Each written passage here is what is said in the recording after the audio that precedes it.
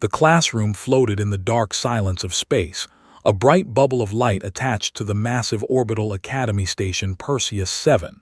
Inside, 23 students sat in their specialized seats, each designed for their particular body type.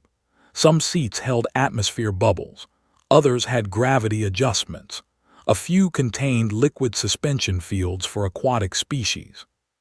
One sat in a standard human chair near the back, his feet propped up on the desk in front of him. He was supposed to be paying attention to instructor, but the lecture had been going on for 2 hours, and his mind kept drifting. Next to him, scrolled through her, barely looking at the holographic display at the front of the room. Instructor was her body made of living crystal that refracted light into rainbow patterns. She spoke in a voice that sounded like wind chimes. Today, we examine apex predators across known worlds.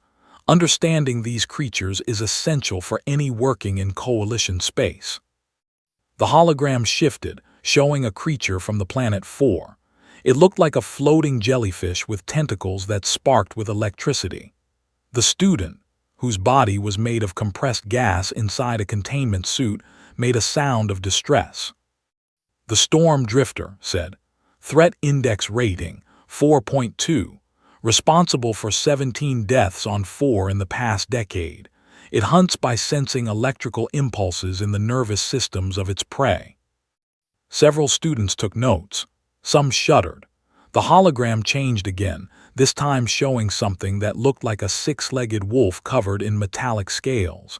It had 3 rows of teeth. The Scythe Runner of Prime continued. Threat Index, 5.7, pack hunters with extraordinary speed and coordination. The student, who resembled a large praying mantis, clicked his mandibles nervously. "My grandfather lost his left arms to a pack of those," he said. "They are terrifying." One yawned, glanced at him, and smirked. The hologram changed again. This time, a massive shape appeared, filling the entire display. It was brown and furry, standing on 4 legs with huge claws and a mouth full of teeth. The alien students gasped. Some of their translator devices struggled to identify it. "This," said her crystal body flickering with what might have been concern, "is called a grizzly bear. From Earth. Threat Index, 8.9. The classroom erupted in shocked whispers. An 8.9 rating was almost unheard of. Most apex predators across the galaxy rated between 3 and 6. "It weighs up to 600 kilograms, continued. "Its claws are 10 centimeters long. It can run at speeds up to 50 kilometers per hour despite its size. It has been known to fight off multiple armed humans and survive gunshot wounds." "Impossible," breathed a student in the front row. "How do humans live on the same world as such monsters?" One looked up from his. "We mostly just avoid them. Don't go hiking in their territory during certain seasons. Don't leave food out when camping. Pretty basic stuff." Every alien head turned to stare at him. "Basic?" Antennae stood straight up. "You casually coexist with creatures rated 8.9 on the threat index." One shrugged. "I mean, they're dangerous, sure, but they don't really want to mess with you if you don't mess with them. Just make noise when you're hiking so they know you're coming. They usually avoid people." Nodded. "My uncle saw one once while fishing. He just backed away slowly and left. No big deal." The alien students looked at each other in disbelief. Crystal structure pulsed. "Let us continue." The hologram changed, showing a massive reptile in water, its jaws open to display rows of teeth. The crocodile, also from Earth. Threat Index, 9.2. More gasps. A rating above 9 was catastrophic. "It can grow to 7 meters in length. Its bite force is the strongest of any biological creature in the known galaxy. It attacks with surprise, dragging prey underwater to drown.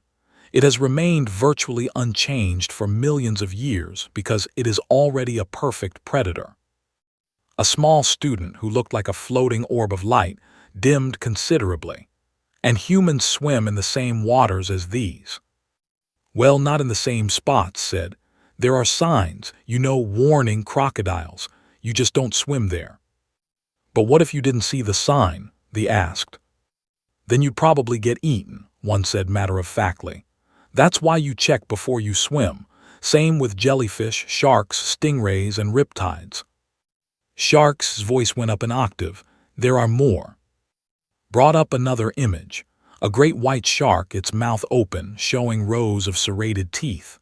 Threat Index, 8.7. The great white shark, an apex predator of Earth's oceans. It can detect a single drop of blood in an Olympic-sized swimming pool. It attacks from below at speeds up to... Yeah, we know about sharks, one interrupted. Everyone knows about sharks. You learn about them in school. Don't swim at dawn or dusk. Don't wear shiny jewelry in the water. Don't splash around a lot.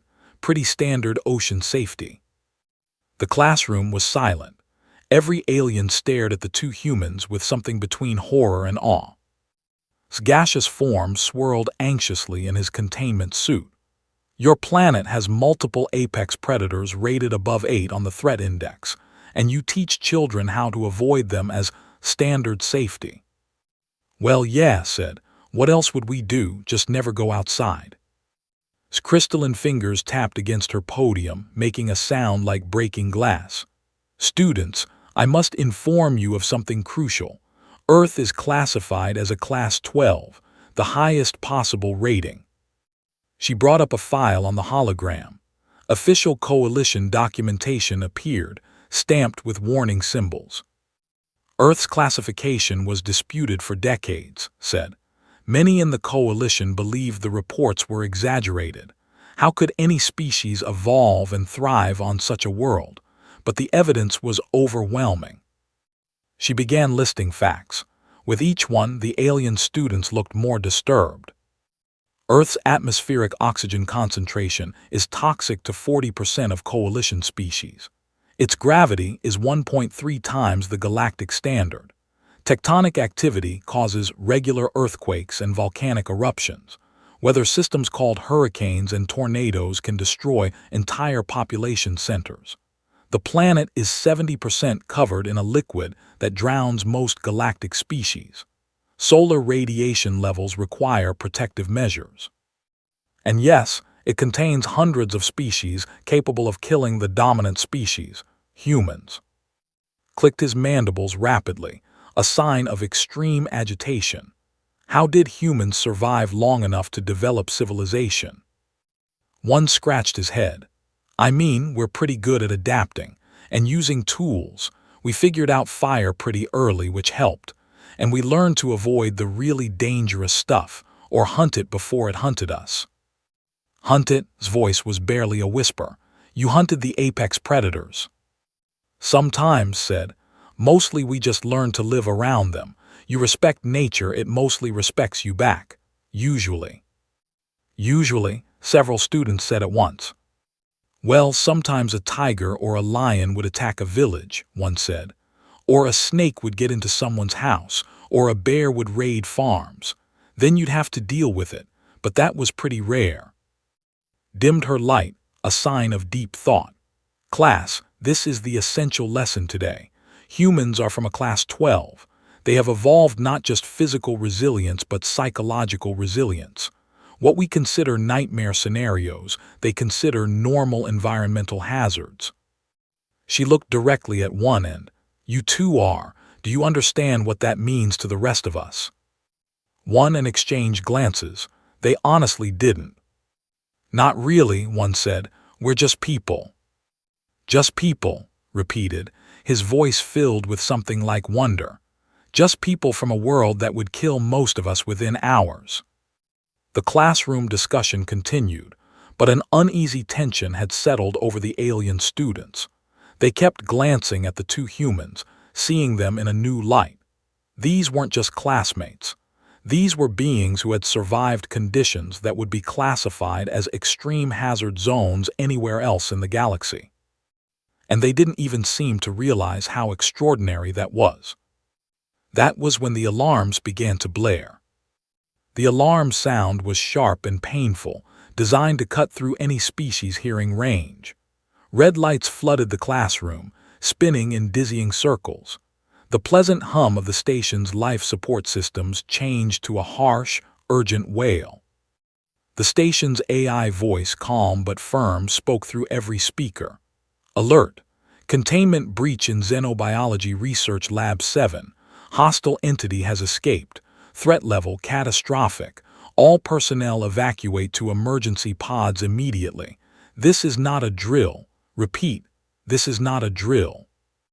Chaos exploded in the classroom. The students' light flickered in panic. Gaseous form spread thin against the ceiling, a natural fear response. Chitinous body froze completely, his evolutionary programming shutting down all movement to avoid predator attention. Other students screamed, clicked, whistled, or made whatever sound their species produced in terror. Instructor's crystal body actually cracked, stress fractures appearing across her surface. Everyone remain calm. Proceed to the emergency exits in an orderly. But it was too late for orderly. The alien students were already scrambling for the doors. Some could barely move in their panic. Others tangled together trying to get through the exit at the same time. Through the transparent aluminum walls, they could see the main corridor outside. Other students and faculty members were running. Some were floating. Others were sliding or hopping or moving in whatever way their biology allowed. Everyone was fleeing in the same direction, away from something deeper in the station. One stood up stretching. That's not good. He looked at, should we go? Had put down her and was watching the chaos with mild interest. Probably, though I kind of want to know what got loose. Xenobiology Research Lab, one said thoughtfully. That's where they keep the really dangerous specimens, right? Predators and stuff they're studying. Yeah, behind like 6 levels of security. Frowned.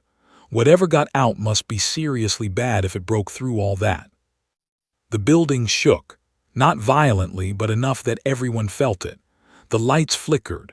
Somewhere in the distance, metal screeched against metal, a sound like a starship hull being torn apart. Still frozen near his desk made a sound like breaking wood. We are all going to die. We are all going to die. We are. Hey, you're not going to die, one said, walking over to the student. Come on, let's get moving. But couldn't move. His species' fear response had locked his joints. One looked at who shrugged. Together, they grabbed and started carrying him toward the door. He wasn't that heavy, just awkward. That was when the ventilation grate above them exploded. Metal shrieked as something massive tore through the ceiling panels. Debris rained down, pieces of the station's infrastructure scattering across the floor. A shape dropped into the classroom, landing with a heavy thud that cracked the floor tiles. Everyone still in the room froze. The creature was enormous, at least 4 meters long. It stood on 6 legs, each ending in claws that dug into the floor like knives into soft butter. Its body was covered in overlapping plates of natural armor, dark blue and black, glistening as if coated in oil. The head was triangular, dominated by massive mandibles that opened and closed with a sound like scissors snapping. 8 eyes, clustered on a raised portion of its skull, reflected the red emergency lights. Between the mandibles, a mouth dripped with something that sizzled when it hit the floor. Acid. Made a sound like shattering glass. Hunter, Class 11-5 threat rating. Oh stars, were dead. The Hunter was a legend in the galaxy. It came from 9, a quarantined world that made most other planets look safe. Only 12 of these creatures existed in captivity across the entire galactic coalition. They were kept in maximum security facilities, studied by researchers in full protective gear, locked behind energy fields and reinforced walls. This one had killed 3 research staff during its escape. They had found the bodies, or what was left of them, dissolved by the creature's acidic venom. It turned its 8 eyes toward the remaining people in the classroom. Its mandibles clicked together, a hunting sound. It had evolved to terrify prey, to make them freeze so they were easier to kill. And it worked. Every alien in the room stopped moving. Some fell unconscious, their fear responses too overwhelming. The student's light went completely out, had compressed himself into the smallest possible space in the corner, stood perfectly still, two of her crystalline arms broken and hanging uselessly at her sides. It took a step forward, then another. Its movements were slow, deliberate. It knew its prey couldn't run. It had all the time it wanted. In the terrible silence, broken only by the alarm and the creature's clicking mandibles, a voice spoke. "Oh, that's a—" Everyone's eyes, those who still had control of them, turned to one. He was still standing there, still holding up his end of frozen body. He was looking at the creature with his head tilted, like someone examining an interesting bug. "Huh," he continued. "Smaller than I expected. The textbook made it look bigger." Still holding his other end, laughed. Actually laughed. The sound was so unexpected, so completely wrong for the situation, that even the seemed confused. Its mandibles stopped clicking for a moment. "Right," said.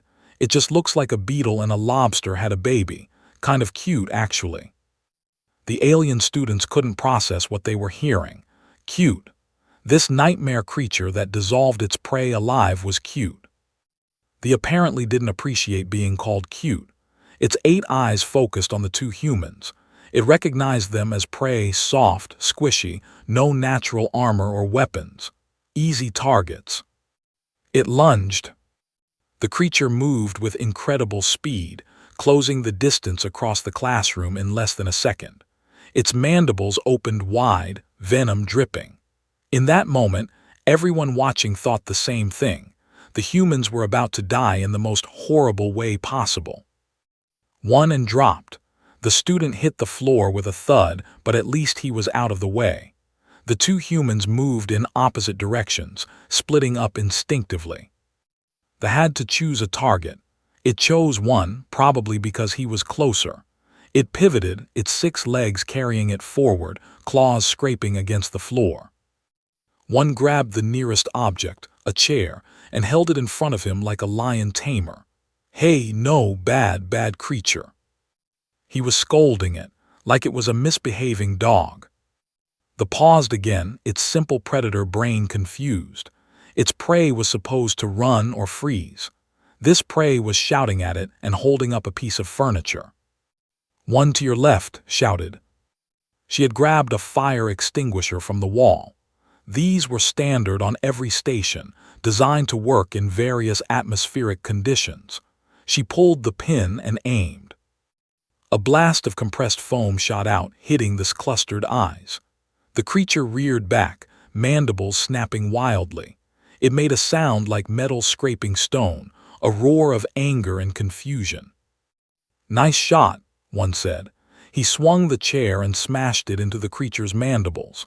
The chair broke into pieces, but the impact made the stumble back.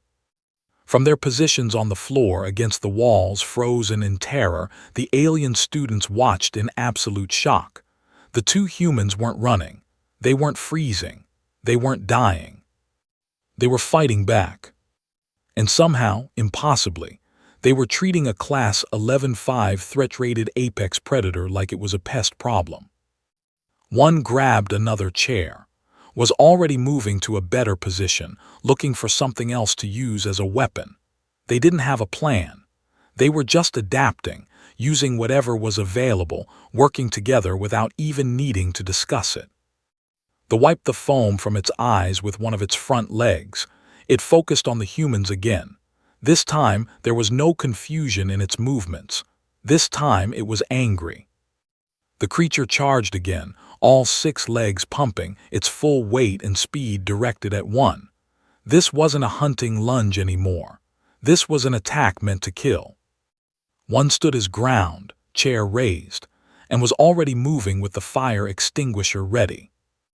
And in that moment, understood something that would change her entire perspective on. These humans weren't fearless. They were afraid. She could see it in their body language, in the way their eyes tracked the creature, in how their muscles tensed. But they weren't frozen by their fear. They were energized by it. On Earth, fear didn't mean stop. It meant move. One had been 7 years old when he first saw a wild boar. His family had been hiking in the mountains outside Seoul, following a trail that wound through pine forests. It was a beautiful spring day, flowers blooming, birds singing. Then his father had grabbed his shoulder and pulled him behind a tree. "Don't move," his father had whispered. "Don't make a sound." 30 meters down the trail, a boar was rooting through the undergrowth. It was huge, at least 100 kilograms of muscle and bad temper. Its tusks curved up from its mouth, yellowed and sharp. Even at 7, one understood that this animal could kill him without trying very hard. They waited. The boar eventually moved on. His father had explained what to do if they ever encountered one when they couldn't avoid it. Make yourself look big, back away slowly, find a tree to climb if it charged. Never run, they're faster than you think. "But Dad," young one had asked, "why do we hike here if there are dangerous animals?" His father had smiled. "Because the mountains are beautiful, and because the boars have just as much right to be here as we do. We're in their home. We just need to be respectful and careful." That memory flashed through one's mind as the charged at him again. He dove to the side, using a desk for cover. The creature's mandibles snapped shut where his head had been a second before, the force strong enough that they cut through the desk's metal frame. One rolled, came up behind another desk, grabbed a metal leg that had broken off the destroyed furniture. "Go high," he shouted. Understood immediately. She climbed onto one of the student seats, giving herself height advantage. The fire extinguisher was almost empty, but she had seen something else, the emergency supply cabinet. Every classroom had one. She jumped from seat to seat, this attention focused on one. One was moving constantly, never staying in one place. He banged the metal leg against desks as he moved, creating noise, keeping the creature's attention. This wasn't bravery. This was something his uncle had taught him when they encountered an aggressive dog once. Control where the threat is looking, and you control the situation. It was fast, but it was also confused. Its instincts told it that prey should be easy to catch, especially prey with no natural weapons or armor. But these creatures kept evading, kept making noise, kept splitting its attention. Reached the supply cabinet and yanked it open. Inside were first aid supplies, emergency rations, and a thermal flare. The kind used to signal for help in space. She pulled it out, read the quick instructions printed on the side. Simple enough. She thought about the summer she was 12, when the typhoon had hit her coastal city. The wind had been so strong it bent street lights. The rain came horizontally, turning roads into rivers.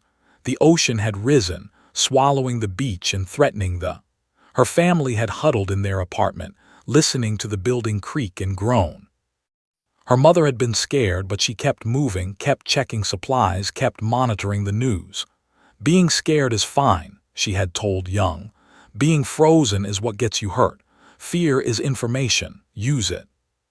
The next day when they emerged, trees were down everywhere. Buildings were damaged.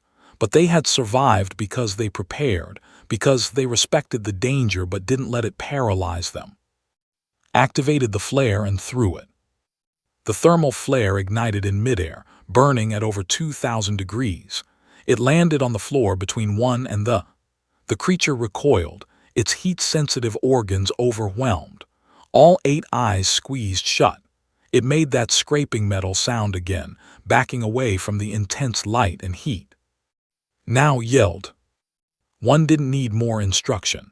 He grabbed the heaviest thing he could lift, a section of broken desk, and brought it down on this back. The creature's armor plating was strong, but the impact still staggered it. More importantly, it drove the creature toward the corner, away from the frozen alien students. The world, mandibles snapping. One caught one's jacket sleeve, the acid starting to burn through the fabric. He twisted, pulling his arm free, leaving a strip of jacket behind. The acid ate through it in seconds, leaving nothing but smoking residue. "That was my favorite jacket," one muttered. From her elevated position was already looking for the next move. She remembered her father, a marine biologist, who once told her about handling a venomous sea snake that had gotten trapped in their research equipment. "Every creature has vulnerable points," he had said. "You just need to know where to look, and you need to stay calm enough to look." She studied as it circled one. The armor plates overlapped, but there were gaps at the joints. The eyes were clustered together, a vulnerable sensory array. And the mandibles, while dangerous, required the creature to get close to use them effectively. "One," she called. "The joint armor between the second and third leg segments." "Got it." He didn't question how she knew, he just trusted her. The lunged again. This time one was ready. He used the metal desk leg like a spear, jamming it into the joint had indicated. The creature's armor didn't cover that spot. The metal sank in, not deep enough to seriously injure, but enough to cause pain. The thrashed, trying to dislodge the metal. In its wild movements, it crashed into the wall, cracking the transparent aluminum. Sparks flew from damaged electronics. The classroom's gravity stabilizers flickered, causing everyone to feel momentarily lighter. Still frozen in fear but conscious enough to observe, accessed her neural computer. Her crystalline structure allowed her to interface directly with information networks. She pulled up data on humans, on Earth, on psychology. What she read made everything suddenly make sense. Humans evolved as persistence hunters. They didn't have claws or venom or armor. They had something more terrifying, the ability to never stop. They could track prey for days. They could endure injuries that would kill other species. They could adapt to almost any environment. And they could work together with almost no communication, coordinating instinctively. But more than that, humans evolved on a planet where threats were constant, not occasional, constant. Every ecosystem on Earth was a death trap. The land had predators. The water had predators. The air had predators. Diseases, parasites, weather, tectonic activity, radiation, everything on Earth was trying to kill humans. So they evolved psychology to match. Fear didn't paralyze them. It energized them. Danger didn't make them give up. It made them creative. They didn't have the luxury of freezing when threatened because on Earth, freezing meant death. There was a nightmare to every species in the galaxy, but to humans, it was just another Tuesday. One grabbed a fire blanket from the wall, the kind used to smother flames. "I'm going to try something stupid." "Most of your ideas are stupid," she called back. "Do it anyway." He grinned despite the situation. That was the thing about having another human around. They understood that sometimes the stupid ideas were the only ideas. When the charged again, one didn't dodge. He threw the fire blanket over its head, covering its eyes and sensory organs.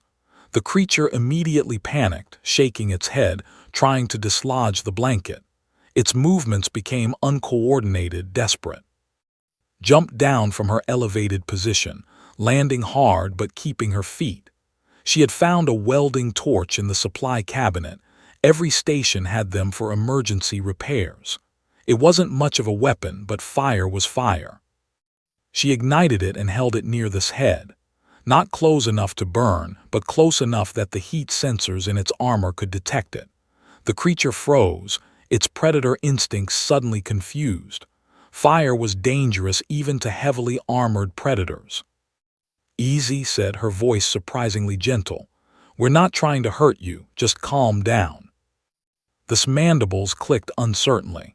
Its body language shifted from aggressive to defensive. It was still dangerous, still deadly, but no longer actively attacking. One, breathing hard, grabbed what was left of his jacket and wrapped it around the creature's mandibles, binding them partway shut. It wasn't a perfect solution, but it reduced the immediate danger. The classroom door burst open. Station security had finally arrived, 4 warriors in full combat armor carrying plasma rifles. They were the Coalition's finest soldiers, trained to handle any threat. They came in ready for combat, weapons raised. They stopped dead when they saw the scene. Two humans, covered in sweat and various debris, were sitting on top of a partially restrained hunter. The creature was still struggling, but weakly. The humans looked exhausted but unhurt. Surrounding them was a classroom in ruins, broken furniture everywhere, acid burns on the floor, a thermal flare burning itself out in the corner, and every alien student either unconscious or frozen in terror. The lead security officer, a veteran of 3 wars, slowly lowered his weapon. What? How? One looked up. Oh hey, could you guys take this thing? It's getting annoying. The security team just stared. In their entire careers, spanning decades and multiple combat zones, they had never seen anything like this. 2 students, armed with classroom furniture, had subdued a Class 11-5 threat. Was already using her, taking readings of the creature. This is actually really interesting. Its biosignature is different from what the textbook said. I wonder if they've been feeding it the wrong diet in captivity. She sounded like she was discussing a science project, not a creature that had killed 3 people less than an hour ago. One of the security officers finally found his voice. How are you so calm? One shrugged. I mean, it's handled now, right? And nobody died. That's a good outcome. The security team exchanged glances. They were trained warriors. They had faced down armed insurgents, hostile aliens, and dangerous situations across the galaxy. But these humans, these students, had just done something they would have hesitated to attempt. And they were calling it annoying. The lead officer activated his comm. Command, this is Security Team 7. The is contained. Repeat, contained. You're not going to believe this, but 2 human students neutralized it. Yes, students. No, I'm not joking. Send medical teams for the other students. The humans are fine. As the security team carefully secured the with proper containment equipment, one looked around the classroom and winced. Professor is probably going to be mad about the mess. Medical bay was full of alien students, all being treated for shock. Some had fainted and needed IV fluids. Others were getting medications to calm their nervous systems. A few were in medical pods, their bodies having shut down from fear overload. Was in one of these pods, his chitinous body completely rigid, his mandibles locked in a position of terror. The medical staff moved quickly and efficiently, but they kept glancing at the 2 humans sitting in the corner of the bay.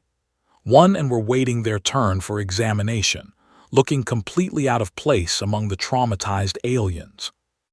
One had a few scratches, had bruised her knee when she jumped from the elevated seat. That was it. No shock, no trauma. They were scrolling through there, catching up on messages they'd missed during the incident.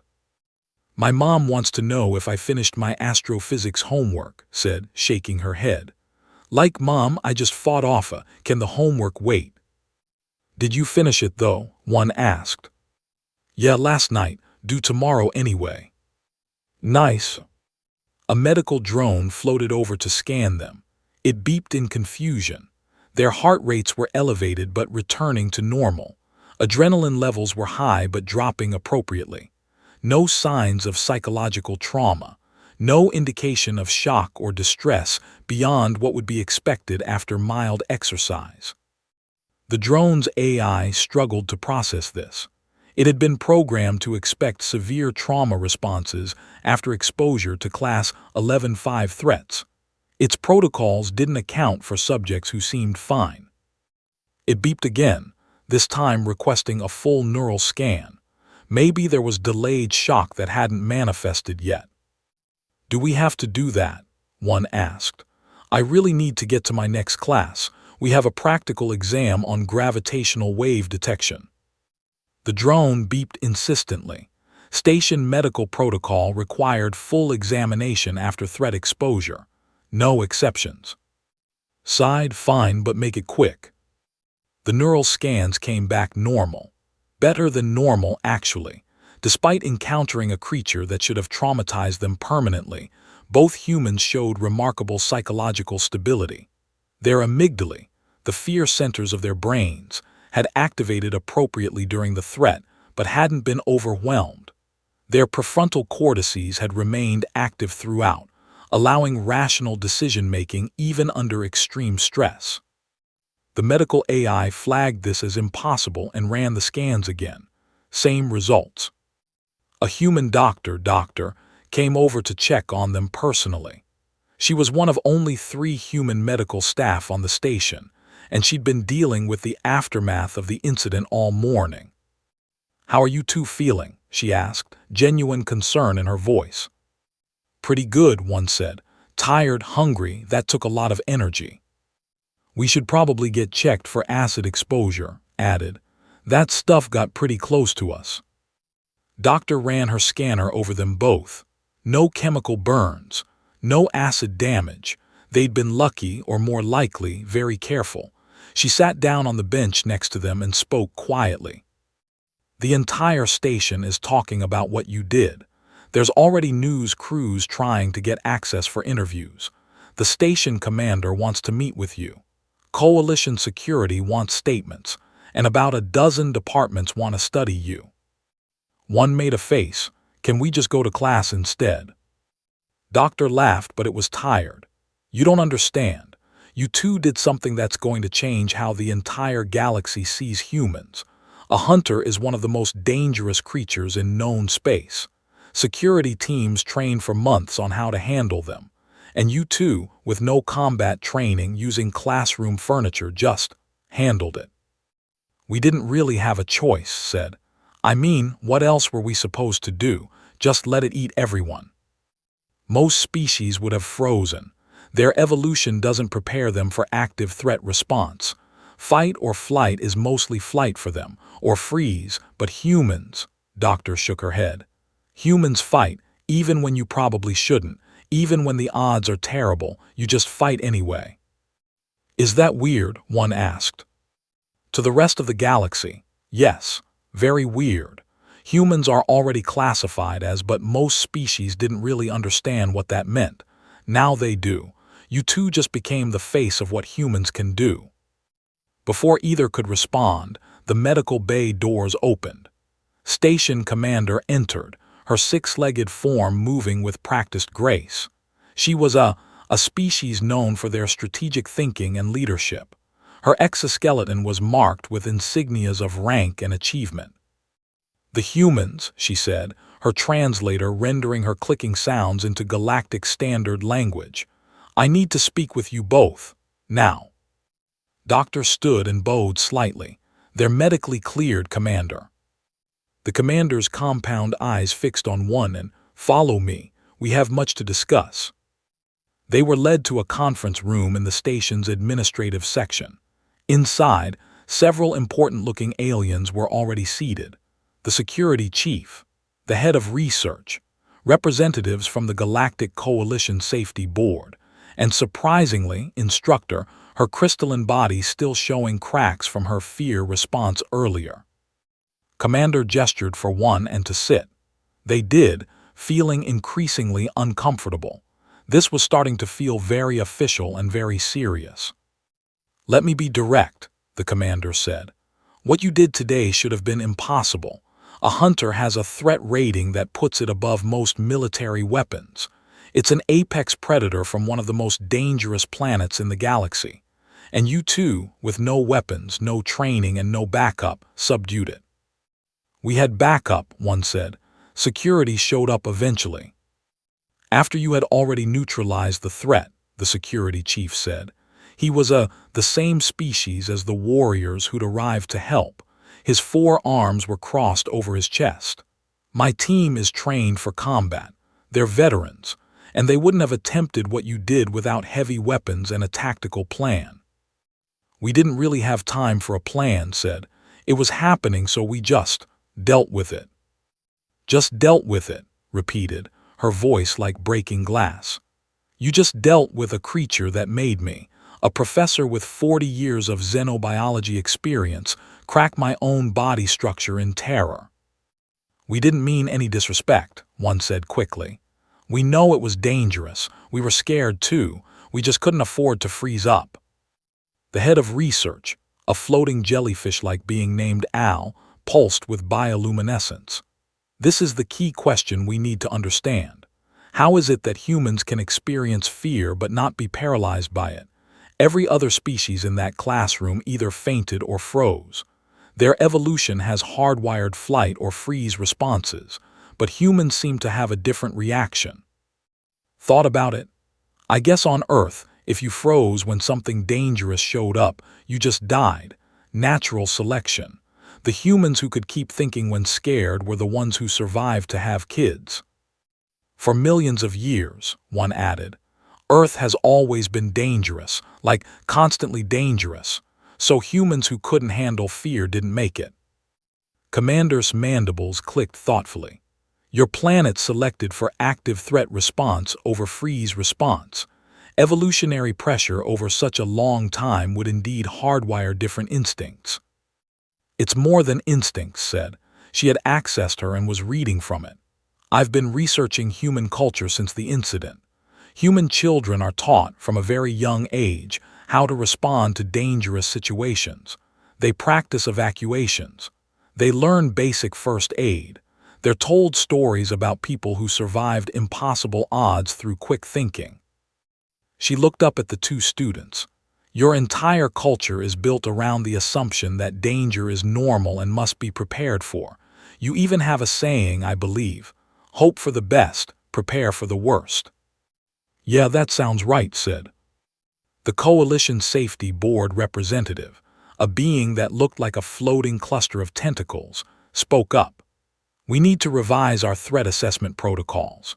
If humans can handle Class 11 threats with improvised tools, then our entire understanding of danger ratings is skewed toward non-species. That's not fair to them, though, one said. Just because we're from a dangerous planet doesn't mean everyone else should be expected to handle things the way we do. They evolved differently. Their responses make sense for their biology. The room went quiet. The aliens looked at each other in surprise. You're defending us, Al said, his bioluminescence flickering, even though we froze and you had to face the threat alone. Of course, said. It's not your fault your evolution didn't prepare you for that. You shouldn't feel bad about it. Commander made a sound that the translator couldn't quite render. It might have been respect. This is why humans are valuable members of the coalition, not just because of your capabilities, but because of your perspective. You face danger as routine, yet you don't judge others for not having the same response. We're still going to need extensive statements from both of you, the security chief said, and there will be an investigation into how they escaped. But I want you both to know, you saved lives today. Every student in that classroom survived because you two acted. The injured research staff, one asked quietly. The commander's posture slumped slightly. Two are in critical care. One didn't make it. They killed him before we even knew there was a breach. The mood in the room darkened. One and looked at each other. For the first time since the incident, their expressions showed real sadness. We're sorry, said softly. It's not your fault, said. If anything, you prevented more deaths. But I think this helps the humans understand something, or not, death still matters to you. You're not fearless. You're not invincible. You simply have different tools for coping with fear. The meeting continued for another hour, going over details, getting statements, discussing protocols. But the underlying message was clear. The galaxy's understanding of humans had fundamentally changed. They weren't just another species. They were shaped by the most dangerous planet in known space into something unique and terrifying, and in their own way, kind. When they were finally released, one checked his and groaned. We missed the practical exam. I'm sure they'll let us make it up, said, under the circumstances. They walked down the corridor together, other students and staff members stopping to stare at them. Some looked afraid, others looked awed, a few nodded respectfully. This is going to be weird for a while, isn't it? One said. Probably. Want to grab lunch? Yeah, I'm starving. Fighting apex predators really works up an appetite. They headed to the cafeteria, just two students getting food. while the entire station talked about the who laughed at death itself. 1 week later, the classroom looked almost normal again.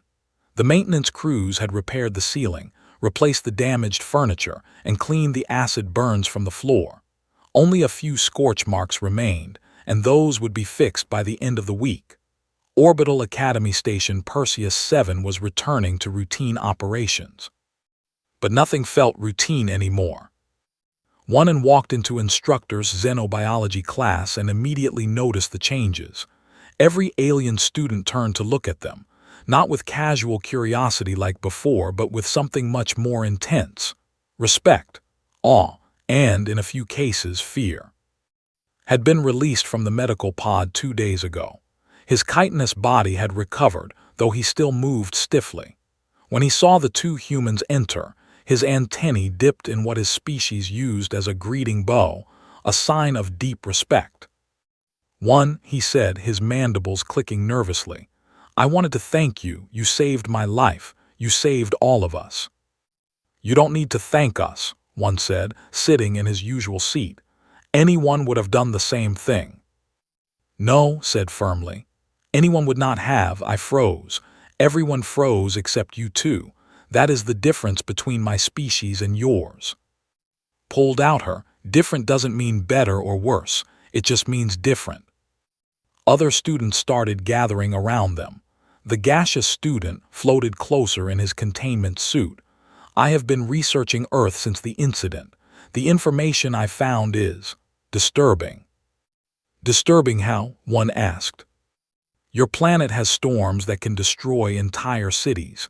You have animals in the ocean that can swallow a person whole. You have insects that drink blood. You have plants that are poisonous to touch. And your people just live there, build homes, raise families, as if this is normal." "It is normal," said. "For us, that's just Earth." A student, its light body flickering with curiosity, floated down from the ceiling. "I watched videos from Earth. There is one called Australian Animals. Is this real? Do you actually have spiders that large, and snakes that poisonous, and jellyfish that can kill with one touch?" "Yeah, Australia is pretty intense," one admitted. "But it's also beautiful. Amazing beaches, incredible wildlife, unique ecosystems. You just have to be careful." "Careful," the repeated, its light pulsing in disbelief. "You use the word careful for a place that would kill most of us within hours." Instructor entered the classroom. Her crystalline body had mostly healed, though a few stress fractures still showed. She had spent the past week completely restructuring her curriculum. Everything she thought she knew about xenobiology had been challenged by watching 2 humans handle an apex predator with classroom furniture. "Good morning, class," she said, her chime-like voice quieter than usual. "Before we begin today's lesson, I want to address what happened last week." The room went silent. Every student knew what she was talking about. "I have taught xenobiology for 40 years, continued. "I believed I understood predator behavior, threat assessment, and survival responses across species. The incident proved I understood very little. Specifically, I did not understand." She brought up a holographic display. It showed Earth, rotating slowly, beautiful blues and greens and whites. To most species in the galaxy, it looked like paradise. To those who knew better, it looked like a nightmare. "I have created a new section of this course," said. "Psychology and Survival Mechanisms. We will study how species from extreme environments develop different responses to danger. We will examine Earth specifically, as it represents the most extreme case we currently have access to." She looked directly at one end. "And I am hoping our human students will be willing to share their perspectives and experiences." "Sure," said with a shrug, "happy to help." The lesson began, displayed various scenarios, and asked the human students how they would respond. The other students took notes frantically, trying to understand the mindset. Scenario 1 said, "You are hiking and encounter a large predator. What do you do?" "Depends on the predator," one said. "If it's a bear, you make yourself big and back away slowly. If it's a mountain lion, you face it and make noise. If it's a moose during mating season, you get behind a tree because they'll charge. Different animals need different responses. His mandibles clicked rapidly. How do you remember all these responses? How do you know which is correct? You just learn it growing up, said. Parents teach you. Schools teach you. It's basic safety information, like knowing to look both ways before crossing a street. Scenario 2 continued. You are swimming and see a large aquatic predator. What do you do? Again depends, said. Shark. Don't panic, don't splash. Swim calmly back to shore. Crocodile. You're probably already too close, so you need to fight back, go for the eyes and snout. Jellyfish. Depends on the type. Some you can avoid. Some will kill you and there's nothing you can do. You have multiple deadly scenarios for just swimming, said, his gaseous form swirling anxiously. How do humans enjoy recreation when everything is potentially fatal? Because it's worth it, one said. The ocean is amazing. Mountains are beautiful. Nature is incredible. Yes, it's dangerous, but that doesn't mean you should never experience it. You just need to be smart about it. The questions continued. Each answer revealed more about how humans thought about danger. To them, risk was something to be managed, not avoided entirely. They assessed threats constantly, often unconsciously.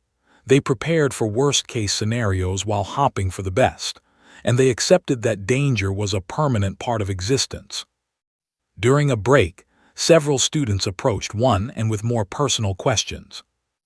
A student asked, "Is it true that human children play sports that involve hitting each other, on purpose?" "Yeah, like football or hockey," one said, "or martial arts. It teaches coordination and strategy." "But they get injured," the said, confused. "Intentionally participating in activities that cause harm seems illogical." "It's controlled harm," explained. "There are rules and safety equipment, and kids learn their physical limits. They learn how to fall safely, how to take a hit, how to recover from minor injuries. It's actually really good for development." Another student asked about human medical practices. Another asked about human food, specifically why humans ate things that were spicy enough to cause pain. The questions kept coming, each one revealing just how different human psychology was from every other known species. Midway through the class, an announcement came over the station's communication system. "Attention all personnel. The Coalition Council has issued a formal statement regarding the recent security incident. Orbital Academy Station Perseus 7 students won and are hereby commended for their actions in protecting fellow students during the containment breach. Their bravery represents the highest ideals of cooperation and mutual defense that the Coalition stands for." The alien students burst into applause, or the equivalent for their species. Clicking, pulsing lights, harmonic tones, all expressing approval and respect. One and looked uncomfortable with the attention. They hadn't done anything special in their minds. They had just responded to a dangerous situation the only way they knew how. After class ended, approached them again. "I have been thinking about something all week. You two were afraid during the attack. I could tell, but you acted anyway. How?" "Fear is information," said, echoing what her mother had taught her. "It tells you there's danger, but it doesn't have to control you. You feel it, you acknowledge it, and then you decide what to do." "On most worlds, fear means run or hide," said. "On Earth, fear means, what, fight?" "Not always fight," one said. "Sometimes run is the right answer. Sometimes hide is smart. But freeze gets you killed on Earth. So we evolved to keep moving, keep thinking, even when we're scared." Santini drooped thoughtfully. "I envy you, and I am also terrified of you. Is that strange?" "Not really," said with a small smile. "We get that a lot lately." Over the following weeks, word spread throughout the entire coalition. The story of two human students defeating a hunter became famous. Exaggerated versions circulated.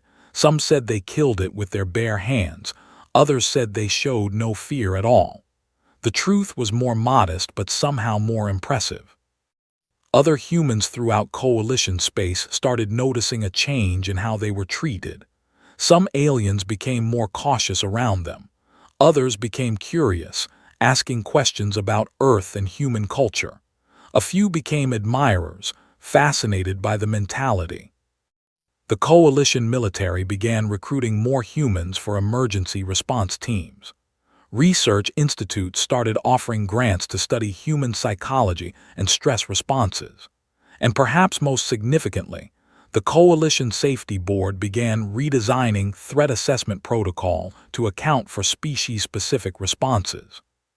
One and just wanted to get back to normal.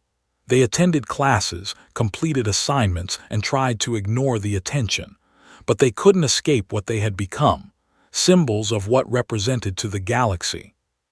One evening, they sat in the station's observation deck, looking out at the stars. Earth was visible in the distance, a blue marble hanging in the darkness.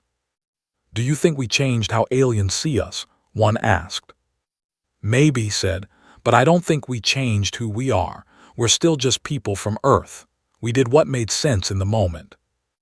The commander said we saved lives, that we showed courage. "We were scared though, really scared." "Yeah, but we moved anyway. I think that's what they don't understand. Being scared and being brave aren't opposites. They're just different things that can happen at the same time."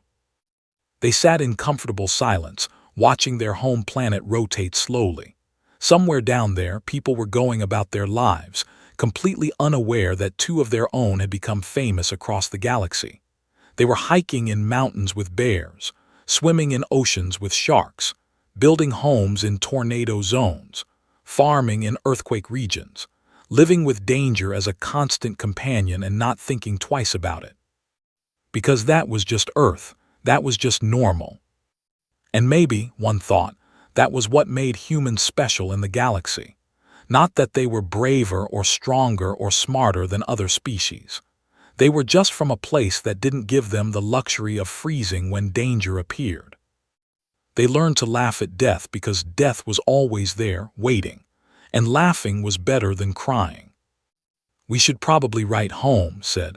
"Let our families know we're okay. The news reports are probably scaring them." "Good idea. My mom has sent like 15 messages asking if I'm eating enough vegetables." "Did you tell her you fought?" "Yeah, she asked if I remembered to wash my hands afterward." Laughed. "That's so typical. Parents worry about hygiene, not apex predators." They headed back to their dorms, just 2 students among thousands on the station. But the galaxy would remember them. The day a killer entered class, the humans didn't run. They didn't freeze. They laughed and they fought back.